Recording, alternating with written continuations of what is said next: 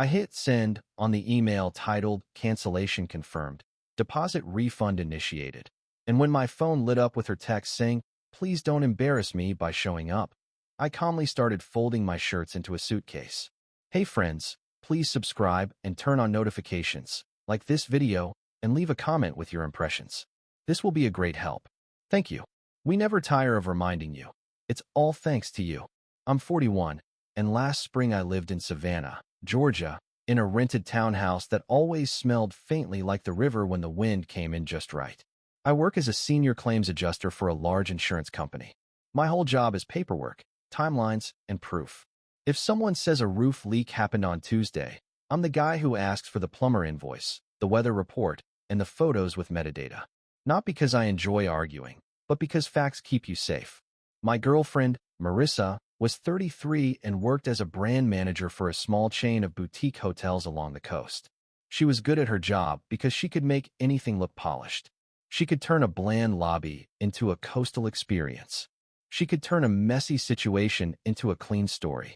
We'd been together a little over 3 years. We'd talked about getting engaged all winter. Not in a dreamy, vague way. In a practical way. We had a plan. We were supposed to move in June to a slightly bigger place closer to my office. I'd already put down a holding deposit with a moving company for a Saturday move, and we'd paid a small non-refundable retainer to a wedding photographer after a friend recommended her. Nothing huge, but it was real money, real commitments. The kind you don't make unless you think you're building something solid. That's why the shift in Marissa hit me like a draft under a door. It wasn't one big red flag. It was a series of small changes stacked close together. She started coming home later, but not stressed, more energized, like she'd been somewhere exciting. She began putting her phone face down on the counter every time. She started taking calls on the porch even when it was humid and buggy outside. She also suddenly cared about outfits on days she claimed were just admin days, when she normally wore a simple dress and flats, and called it a win. One Tuesday, she came home with her hair straightened and a new perfume that didn't smell like her usual. She kissed me, then walked past the kitchen like she didn't want to linger. I asked, "Everything okay?" "Fine," she said, too smooth. "Just busy." Later that night, while I was loading the dishwasher, I noticed our shared iPad on the counter light up with a notification. We used it for recipes and streaming. It was signed into her email because she'd set it up. A banner popped up across the screen for maybe 2 seconds. "Your reservation is confirmed." I didn't touch the iPad. I didn't open anything. I didn't need to. I saw the name of the hotel in the banner because it was big, and I saw the dates because they were right there, Friday to Sunday. That would have been fine if she'd mentioned a work trip. But she hadn't. The next morning, she was unusually cheerful. She made a point of asking about my day, like she was building a cushion. Then she said, "I'm going up to Charleston this weekend." I looked up from my coffee mug, but didn't comment on the irony of her saying that while I was literally holding the mug. I just said, "For work?" "No," she said. "Personal." My stomach didn't drop. It tightened, the way it does right before you get bad news you already suspected. "Who's going with you?" I asked. She sighed like I was exhausting. "It's not like that." "That's not an answer," I said. She leaned on the counter and finally said it. "Brady." Her ex. Not a coworker. Not a cousin. Not a friend I'd met. Brady, the name that came up once in a while like an old song she still knew the words to. I kept my voice flat. "Why are you traveling with him?" She lifted her chin. "Because he asked me to. He's in town for a few days, and he wants to talk." We never got a clean ending. "Charleston is 3 hours away," I said. "That's not a conversation. That's a weekend." Her eyes narrowed. "You're doing that thing where you make it sound worse." "I'm repeating the facts," I said. She waved a hand, impatient. "It's not romantic. It's closure. And before you start trying to tag along, I need you to stay in your lane on this."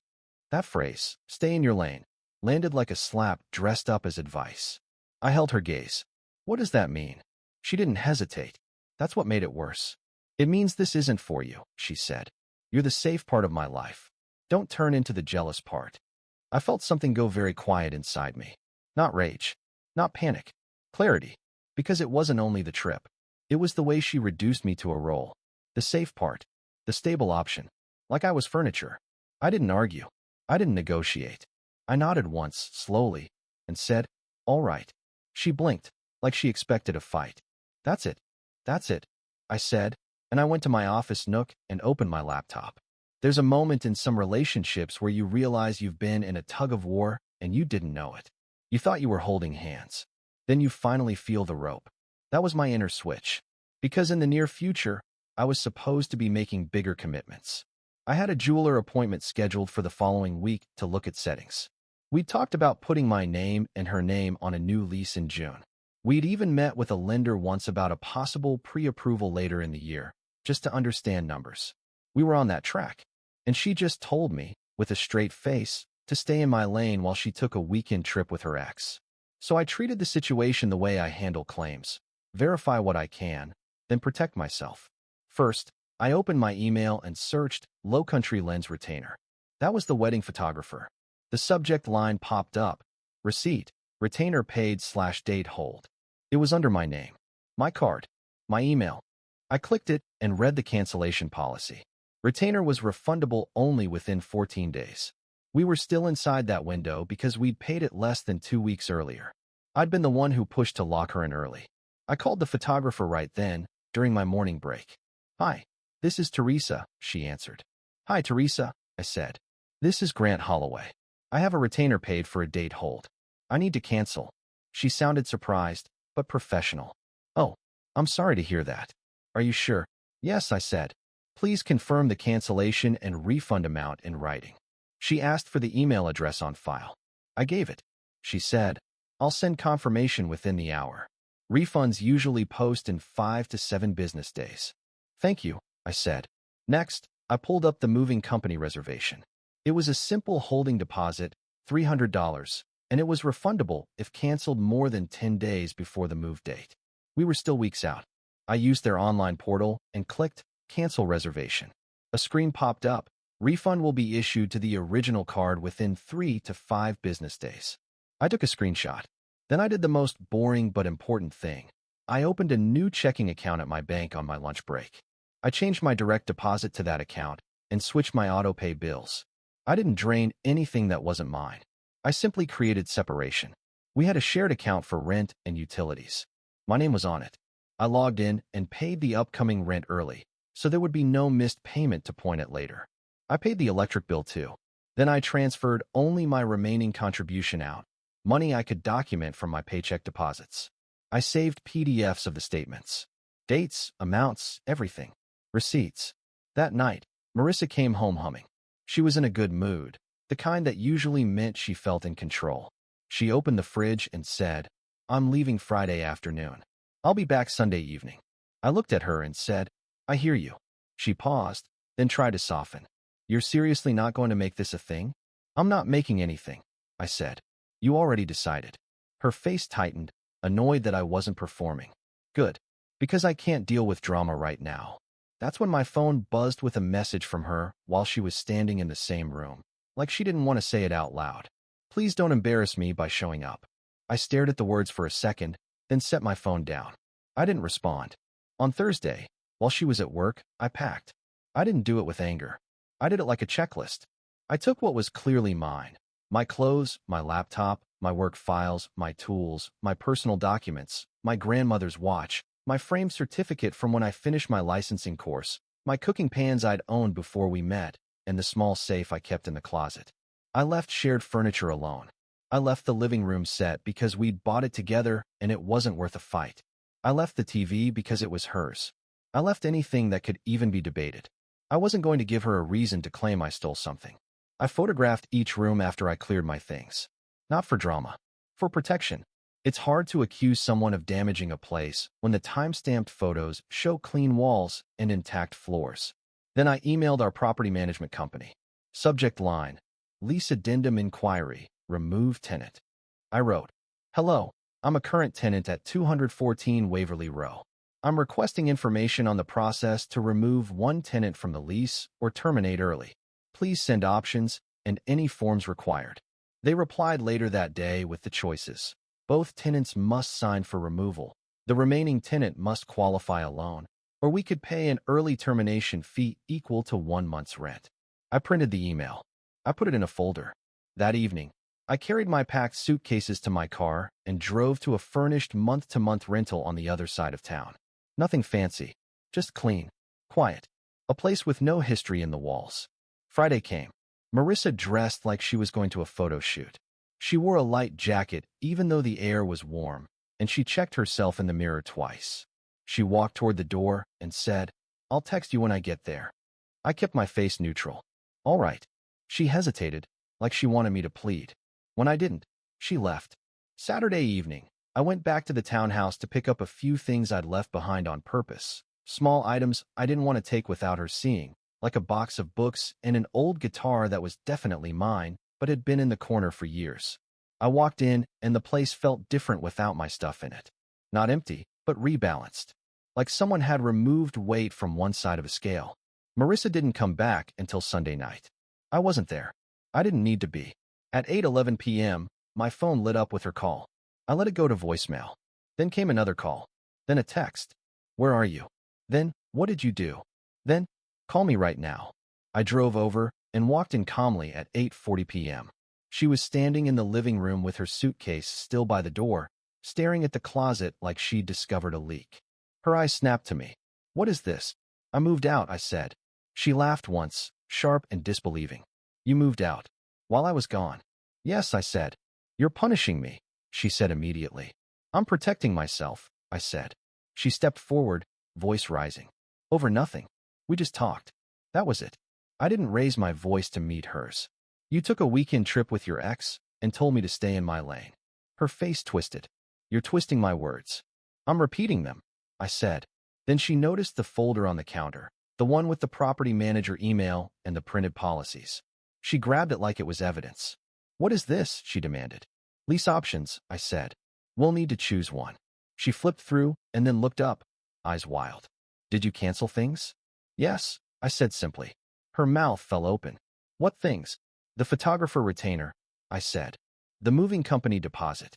Anything that was under my name and tied to our future plans." She looked like she might explode. "You had no right." "I did," I said. "They were paid by me. Contracts in my name. Refund policies in writing. You can email them yourself if you want confirmation." For a moment, she just stared at me like she couldn't believe calm could be so firm. Then the gaslighting arc came in waves, exactly like you'd expect. Minimization. It was one weekend. People are allowed to have friends. Blame. If you weren't so rigid, I wouldn't need space. Insults. You're emotionally cold. That's why I needed to talk to someone who actually gets me. Then tears. She sat on the couch and covered her face, voice breaking. "I can't believe you abandoned me like this." I didn't argue. I didn't lecture. I kept it short. I paid rent. I handled bills. I canceled commitments tied to me. I said, "We can coordinate the lease. That's all I'm here for." She looked up, mascara smudging. "So you're just done?" I didn't use the dramatic phrases people throw around. I just said, "I'm not staying in a relationship where I'm told to stay in my lane." She stood up abruptly. "Brady and I didn't even sleep together." I didn't take the bait. "That's not the point." She shook her head fast, angry tears. "Then what is?" "The disrespect," I said. "The way you spoke to me. The way you decided my role." She opened her mouth to argue again. Then her expression shifted, like she suddenly saw she couldn't move me with noise. "Where are you staying?" she asked, quieter. "A short-term rental," I said. "You don't need the address." She flinched like that was cruel. But it wasn't. It was a boundary. I left after 10 minutes. No yelling. No slamming doors. Just a calm exit. The next few weeks were a slow parade of contact attempts. First, an unknown number called me at 6:52 a.m. one morning. I didn't answer. A voicemail came in with her voice, softer, rehearsed. "I'm sorry for how I said it. Please call me. We can fix this." I saved the voicemail. Date and time, clear as day. Second, she emailed me from her personal account with the subject line, "Can we reset?" In the email, she swung between apology and blame in the same paragraph. "I didn't mean it that way, but you also scared me with how fast you left." I replied once, and only once. "Please keep communication to lease and shared bills." Third, her friend Delaney reached out to me on Instagram. "Marissa is falling apart. You're being harsh. She says you misunderstood." I blocked Delaney without replying. Then her older brother called. He was calmer than most intermediaries. He said, "Man, I'm not calling to yell at you. I'm calling because I don't want this to get messy. What do you need from her?" I said, sign the lease addendum if she's keeping the place, or agree to early termination. That's it. He sighed. I'll talk to her. That was the only useful conversation. Here's where the quiet karma showed up. Not because I engineered it, but because reality does what it does. Marissa couldn't qualify for the townhouse lease alone without a co-signer. Her income was decent, but the property manager required a higher ratio because it was a nicer unit. She asked me to stay on the lease, just until summer. I said no, in writing, politely. I offered two options. She could find a roommate and apply, or we could terminate early and split the fee.